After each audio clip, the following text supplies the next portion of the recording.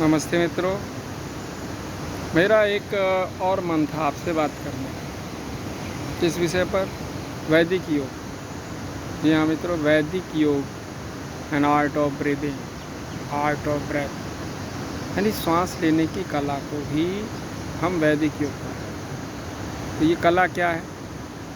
जैसा कि मैं पूर्व में कुछ शब्द प्राणायाम के बारे में आपको बता चुका हूँ, उसकी वीडियो भी मैंने डाली है।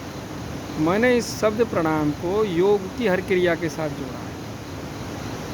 योग जो हमारे ऋषियों ने हमें आसन दिए, प्राणायाम दिया, ध्यान दिया, तो वो सारी पद्धति इसके साथ मैंने जोड़ी। जैसा हमें पूर्व में पता चल है, ज्ञात है कि ऋषि पातंजलि का योग सूत्र, इस योग सूत्र के 8 अंग हैं।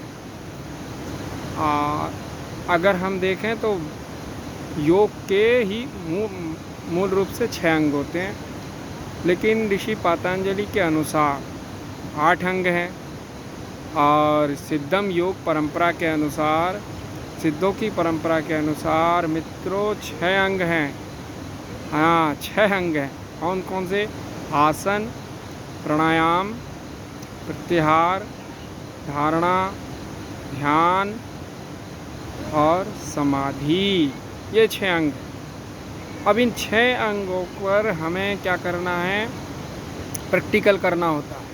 और जब प्रैक्टिकल करते हैं तो उसका परिणाम क्या आता है मित्रों? परिणाम आता है यम और नियम। लेकिन ऋषि पातंजलि जी के द्वारा, अब मैं तो इसको एक भूल ही कहूँगा। क्यों कहूँगा भूल? क्योंकि उन्होंने इस विषय को, जो परिणाम था यम और नियम, उसको उन्होंने क्या किया? इसको क्रिया बना दिया। फिर यम और नियम पहले करो और उसके बाद आसन, प्राणायाम आदि आदि। लेकिन मित्रों, अनुभव से ज्ञात हुआ, इतने साल मैंने इसमें अनुभव, क्योंकि मेरी ये योग की यात्रा मैं आपको आज बता देता हूँ। मेरी योग की यात्रा ये 2006 से चालू हुआ है मित्रों। 2006 से नहीं, मेरा तो योग तो बहुत पहले चालू हो गया था, लेकिन हाँ 2006 मैं इसलिए कह रहा हूँ कि मैंने 2004 में योग का जो सर्टिफिकेट कोर्स किया था, उसके बाद मेरी योग की यात्रा चालू। जी, योग की यात्रा। और उस यात्रा में मैंने बहुत कुछ जाना, बहुत कुछ अनुभव किया। इतना समय नहीं रहता है कि मैं आपको इतना कुछ डिटेल में दे पाऊँ। ठीक है, जैसे जैसे जैसे जैसे मुझे अनुभव आएगा मैं बताऊँ। आज मुझे लगा कि नहीं, आप लोगों को वैदिक योग के बारे में थोड़ा बताऊँ। जो हमारा वेद है, वेद कहते हैं ज्ञान, वेद कहते हैं जानना, वेद यानी समझना। किसी भी विषय को जानने समझने के लिए जिस पद्धति की हमें आवश्यकता हो, उस पद्धति को वेद का। अब हम क्या समझते हैं कि वेद यानी मंत्र, वेद यानी कि शास्त्र, वेद यानी कि पुराण। मित्रों, वेद का मतलब वो है ही नहीं।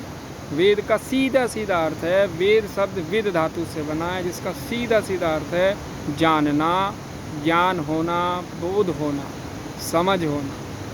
मित्रों, ये है वेद का अर्थ। और वेद के इस अर्थ को अगर हम थोड़ा सा अपने योग के उससे जोड़ दें, बड़ा आनंद आता है। वो अर्थ क्या है? वो अर्थ है सही मायने में श्वास लेने की कला। जो श्वास लेने की जो कला है, श्वास की जो कला है, इस कला के साथ यदि हम अपने योग, आसन, प्राणायाम आदि आदि को जोड़ देते हैं तो मित्रों एक बहुत ही गजब की अनुभूति होती है। क्योंकि इसमें जो श्वास का क्रम है, वो श्वास का क्रम वोकल कॉर्ड से है। शब्द प्राणायाम, मैंने शब्द प्राणायाम के बारे में पूर्व में बहुत सारी जानकारी दी है, वीडियो बनाए हैं, तो आप उसमें से जानकारी ले सकते हैं। ठीक है, मैं बस यहाँ शब्द प्राणायाम के बारे में इतना ही बताऊंगा कि गले से स्पर्श करते हुए ली गई श्वास, जिसमें ना तो कोई भी बंद है, ना कोई भी क्रिया है। ध्यान रखिए, ये क्या है? स्वतः होने वाली क्रिया। जो हम रात में जब सोते हैं तो हर किसी की ये क्रिया होती है, जिसे हम नेचुरल ब्रेथ बोलते हैं, नेचुरल श्वास बोलते हैं। वो क्या है, एक साउंड आती है। देखिए अभी एक नदी चल रही है, यहाँ सिंगताम में हूँ मैं, तो ये नदी की एक आवाज़ आ रही है आपको, ठीक है। ये इसी तरीके से घर्षण की आवाज़ हमारे गले से निरंतर हो रही है। हाँ मित्रों, लेकिन कभी हम उस आवाज़ को सुन ही नहीं पाते। तो एक ऐसी आवाज़ है घर्षण की जो निरंतर हो रही है, और वो पता हमें कब चलती है, जब हम रात में सोते हैं।